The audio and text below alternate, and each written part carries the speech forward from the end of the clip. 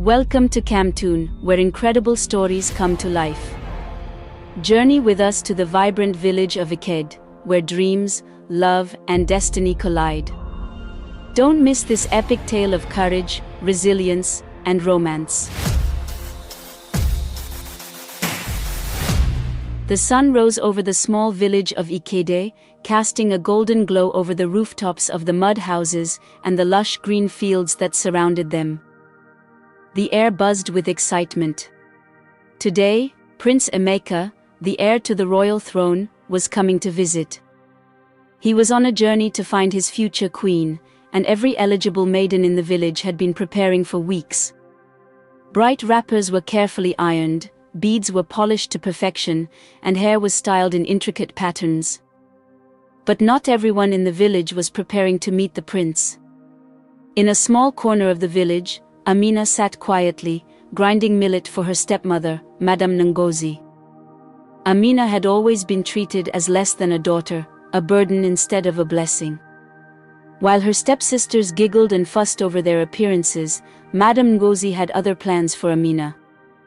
She saw her as nothing more than a servant to meet her every demand. "Amina!" Madame Ngozi's sharp voice echoed through the house. "Why are you sitting there? Take the water pot and go to the stream. I need fresh water for cooking." Amina's heart sank. She knew what this meant. The stream was far, and fetching water would keep her away for hours. "But stepmother," Amina began, her voice trembling. "The prince is coming today. Can't I?" "You dare talk back to me?" Madame Ngozi snapped, her face darkening. "You think someone like you deserves to see the prince? Look at yourself, no royal blood would glance at a girl like you." Crushing the urge to argue, Amina tied her scarf tightly around her head, picked up the heavy pot, and started the long walk to the stream. As she trudged along the dusty path, she heard the lively chatter of other girls heading to the village square, their laughter carrying on the breeze.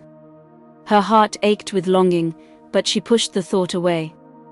Life had never been fair to her, and she had learned not to hope for things beyond her reach.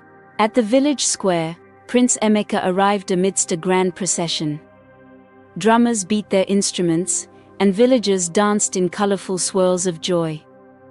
The prince, dressed in regal attire of gold and deep green, dismounted his horse with a quiet grace. His sharp features and confident aura made many maidens' hearts race. But despite the spectacle, his expression remained unreadable. He wasn't here for flattery, he sought authenticity, something rare and precious. Meanwhile, at the stream, Amina was kneeling by the water, filling her pot. The cool breeze and gentle rippling of the stream offered her a rare moment of peace. She didn't hear the footsteps approaching until they were almost upon her. "Hello there," a deep, smooth voice said. Startled, Amina looked up, and her eyes widened. Standing before her was Prince Emeka himself. She recognized him immediately from the stories she had heard. But why was he here? And why was he speaking to her? "My prince," she stammered, quickly bowing her head. "Forgive me, I didn't." "No need to apologize," Emeka interrupted gently, a small smile playing on his lips. "I saw you from the path and thought I'd say hello." "Why are you out here alone?" Amina hesitated. Should she tell him the truth? That her stepmother had sent her away to keep her from meeting him? I came to fetch water," she finally said. "It's my duty." The prince studied her for a moment.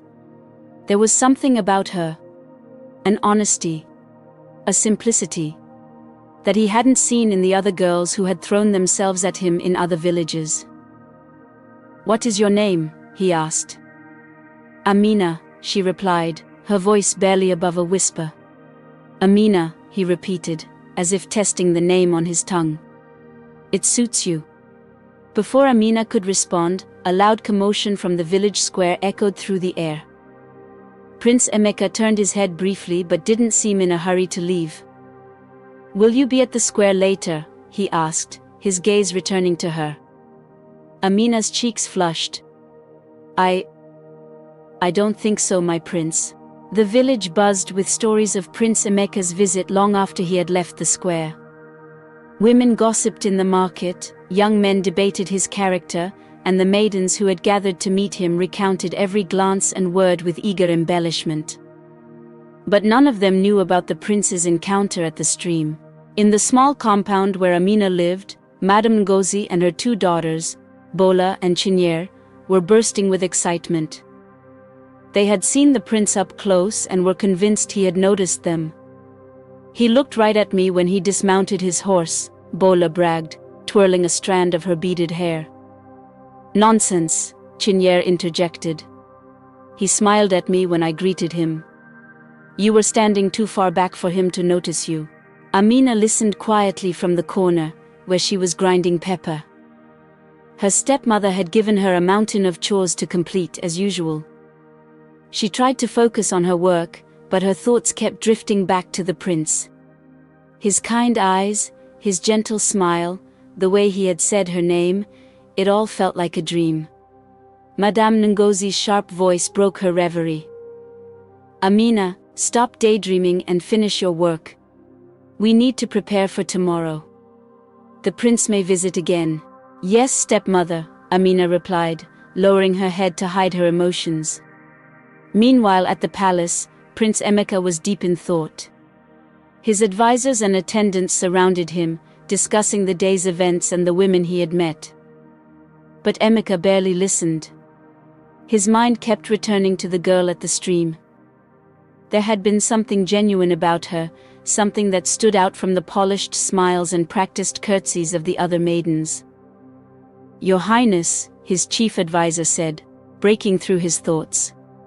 "Have you made any decisions about the women you met today?" Emeka shook his head. "Not yet. I need more time." The advisor nodded, though he seemed slightly frustrated. "Very well, Your Highness. We will continue to visit other villages as planned." The prince nodded absent-mindedly, but his heart wasn't in it. He resolved to return to Ikede before leaving for the next village. He wanted to see Amina again, to learn more about her. The next morning, Amina was at the market, helping her stepmother sell vegetables. She worked diligently, arranging the produce and attending to customers. But the whispers and stares of the villagers made her uncomfortable. She caught snippets of conversations as she moved through the crowded stalls. "Did you hear? The prince was seen near the stream yesterday. Who was he talking to? No one seems to know. It couldn't have been anyone important. Probably just a servant fetching water." Amina's cheeks burned, and she kept her head down, hoping no one would connect her to the story. But deep down, a small part of her felt a flicker of hope. Maybe the prince would come back. Maybe he would remember her. By the time the sun began to set, Amina was exhausted. She returned home with Madame Dozy and her stepsisters, carrying the unsold vegetables on her head. As she approached the compound, she heard a commotion. Villagers were gathering outside their gate, murmuring excitedly. "What is going on?" Madame Dozy demanded, pushing through the crowd. Standing in the center of the crowd was Prince Emeka, his regal presence unmistakable. He turned toward Madame Dozy and spoke with authority. "I have come to speak with Amina." Gasps erupted from the onlookers. Amina's heart stopped. Her stepmother's face twisted with shock and barely concealed anger. Bola and Chinya exchanged looks of disbelief. "Amina?" Madame Dozy repeated, her voice rising. What could the prince possibly want with her? Emeka's gaze was steady. "I would like to speak with her. Alone." The crowd fell silent, waiting to see what would happen next. Amina stepped forward hesitantly, her heart pounding in her chest. The villagers' eyes burned into her, some curious, others filled with disbelief. Madame Ngozi's face flushed with anger as she moved to block Amina's path. "Your Highness," Madame Ngozi began, forcing a smile. I'm afraid Amina is quite busy with her chores. Surely you'd prefer to speak to one of my other daughters, Bola or Chinyere. Emeka's expression didn't waver. Thank you, Madam Ngozi, but I wish to speak to Amina. Madam Ngozi hesitated, her smile faltering. She turned to Amina, her eyes flashing with warning. Go inside, Amina. Now. But before Amina could retreat, the prince spoke again, his voice firm yet kind. Amina, will you step out and speak with me? The villagers gasped in unison. This was no simple request. It was a direct order. Amina looked at her stepmother, then at the prince. She knew there would be consequences for disobeying Madame Ngozi, but the look in Prince Emeka's eyes gave her courage. Yes, my prince, she said softly, stepping forward. The crowd parted to let her through. Madame Ngozi glared at her, but Amina kept her gaze on the ground as she walked toward the prince. When she stood before him, he gestured for her to follow him to a quieter corner of the compound. I'm sorry for the scene, Emeka said once they were alone. I didn't mean to cause you any trouble. Amina shook her head. It's not your fault, my prince. I'm just surprised you would want to speak to me. Emeka smiled. Why wouldn't I? You seem kind, hard-working, and genuine. I don't meet many people like you. Amina's cheeks flushed. Thank you, my prince. I wanted to ask you something, Emeka continued, his tone serious. Would you consider attending a gathering at the palace tomorrow? I'd like to get to know you better. Amina's eyes widened. The palace? But I'm just a servant in my own home. I'm not like the other girls you've met. Exactly, Emeka said, his gaze steady. That's why I'm asking you. For a moment, Amina couldn't speak. Her mind raced with doubts and fears. What would her stepmother say? How would the villagers react? But beneath the fear, a tiny spark of hope began to grow. Perhaps this was her chance to break free from the life she had always known. If my stepmother allows it, I will come, she said finally. Emeka nodded. I will make sure she does. Until tomorrow, Amina. As he walked away, the crowd erupted into whispers. Amina turned to face Madame Ngozi, whose expression was thunderous. Bola and Chinyere stood behind her, their faces twisted with jealousy. You've embarrassed me, Madame Ngozi hissed as the villagers began to disperse. We'll talk about this later. Amina lowered her head and returned to her chores, but her heart felt lighter. For the first time, she allowed herself to dream of a life beyond her stepmother's shadow. The morning sun bathed the village of Ikede in a golden hue as Amina nervously prepared for her journey to the palace. Madame Ngozi, fuming but powerless against the prince's wishes, begrudgingly handed her an old wrapper to wear. It was plain and worn, a sharp contrast to the lavish outfits she had reserved for Bola and Chinyere. Don't embarrass me further, Madame Ngozi snapped as Amina adjusted the wrapper. Go, do whatever the prince wants, and don't forget your place. Amina nodded silently, too excited to let her stepmother's words dampen her spirits. She tied her scarf neatly, grabbed the basket she had prepared with fresh fruits as a gift, and began the walk to the palace. The villagers watched her with a mix of curiosity and envy. Whispers followed her every step. How did someone like Amina catch the prince's attention? She must have bewitched him. There's no other explanation. But Amina ignored them, her heart focused on what lay ahead. The palace gates loomed tall and majestic, guarded by soldiers in gleaming uniforms. As she approached, one of the guards stepped forward. Are you Amina? He asked, his tone formal. Yes, she replied, clutching her basket tightly. Follow me. The guard led her through the grand gates and into the palace grounds. Amina's breath caught as she took in the beauty around her, manicured gardens, fountains that sparkled in the sunlight, and towering walls adorned with intricate carvings. It was like stepping into another world. Prince Emeka awaited her in a shaded courtyard, dressed in a simple but elegant tunic. He smiled warmly as she approached. "Amina, I'm glad you came," he said, his voice as kind as she remembered. "Thank you for inviting me, my prince," she replied, bowing slightly. He gestured for her to sit on a cushioned bench beneath a flowering tree.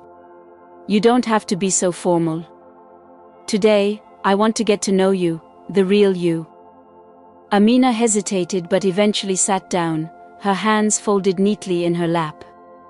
Emeka began asking her questions about her life, her family, and her dreams. At first, she answered, cautiously, unsure of how much to reveal. But as the conversation flowed, she found herself relaxing. She told him about her late parents, how her stepmother had taken her in but treated her as little more than a servant. She spoke of her love for weaving and how she often dreamed of one day selling her own fabrics in the market. Emeka listened intently, nodding and asking thoughtful questions. "You're incredibly resilient, Amina," he said after a while. "Most people in your position would have given up on their dreams, but you haven't." Her cheeks flushed at the compliment. "Thank you, my prince. But I don't feel resilient. I just keep going because I have no other choice." "That's exactly what makes you strong," he said, his gaze steady. "And it's why I believe you deserve more than the life you've been given." Amina's heart swelled with gratitude and a glimmer of hope. For the first time, she felt seen and valued for who she truly was. As the sun dipped lower in the sky, Emeka rose to his feet. "Thank you for sharing your story with me, Amina. This isn't the end, it's just the beginning. I have plans for you, but for now, let me escort you home."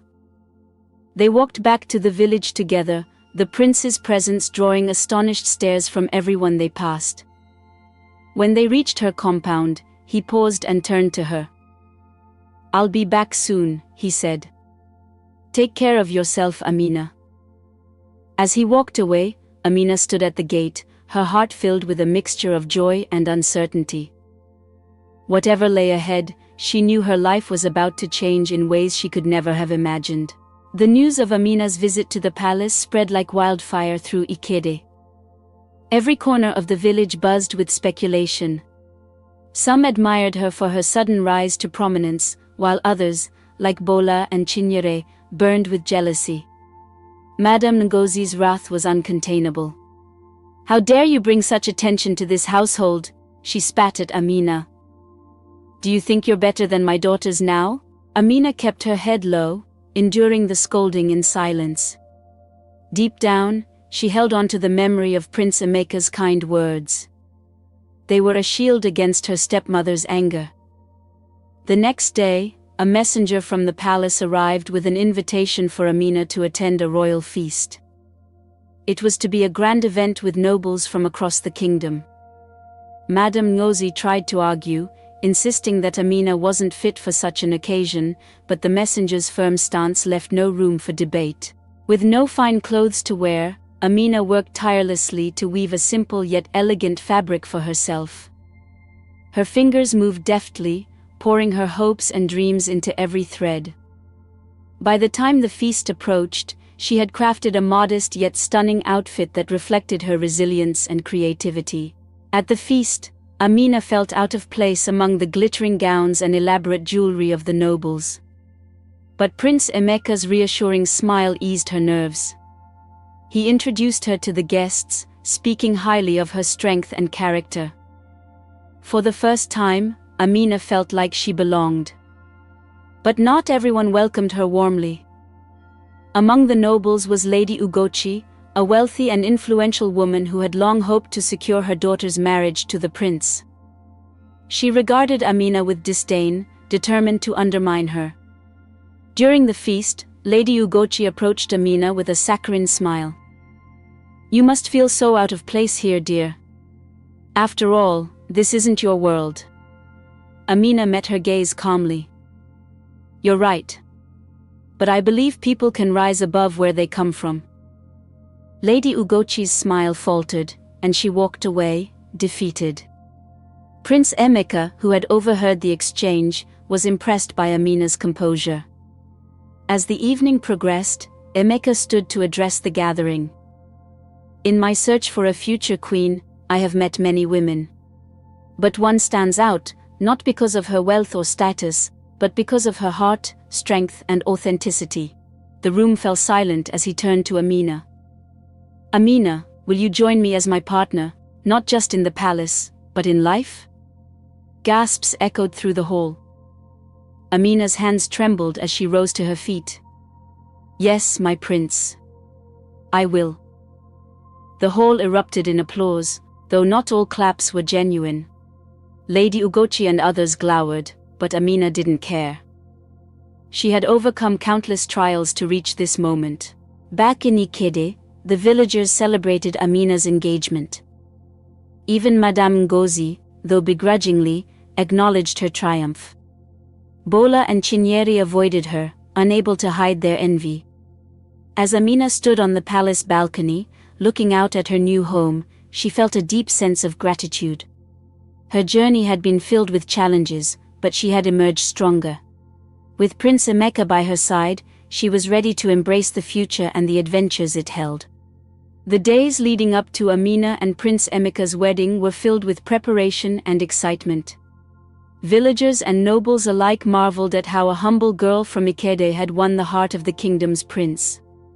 Amina, once overlooked and mistreated, now found herself at the center of a grand celebration. Madame Ngozi, though reluctant to admit it, began to treat Amina with more respect. Bola and Chinyere, however, sulked in the shadows, their jealousy preventing them from joining the festivities. Amina, ever kind, invited them to participate, hoping to bridge the rift. "This is a happy time for all of us," she told them gently. "Let us move forward together."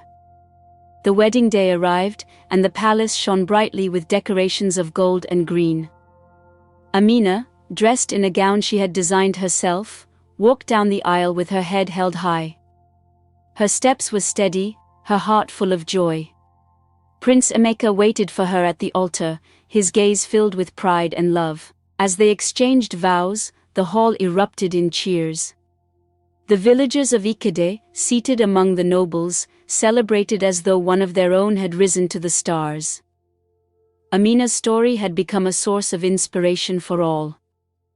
After the ceremony, Prince Emeka addressed the crowd. "Amina has taught me the value of humility, resilience, and love. Together, we will rule not with power, but with compassion and understanding." Amina's journey from the stream to the palace had been long and challenging, but it was also deeply rewarding. Moral lesson. This story teaches us that kindness, humility, and resilience can lead to great rewards. No matter how difficult life may seem, staying true to oneself and persevering through challenges can open doors to unimaginable opportunities. Amina's journey reminds us that true worth lies in character, not status or wealth. Thank you for watching the Stream of Destiny on our channel. If you enjoyed Amina's inspiring journey, don't forget to like, comment, and subscribe for more captivating stories. Share this video to spread the message of resilience and kindness.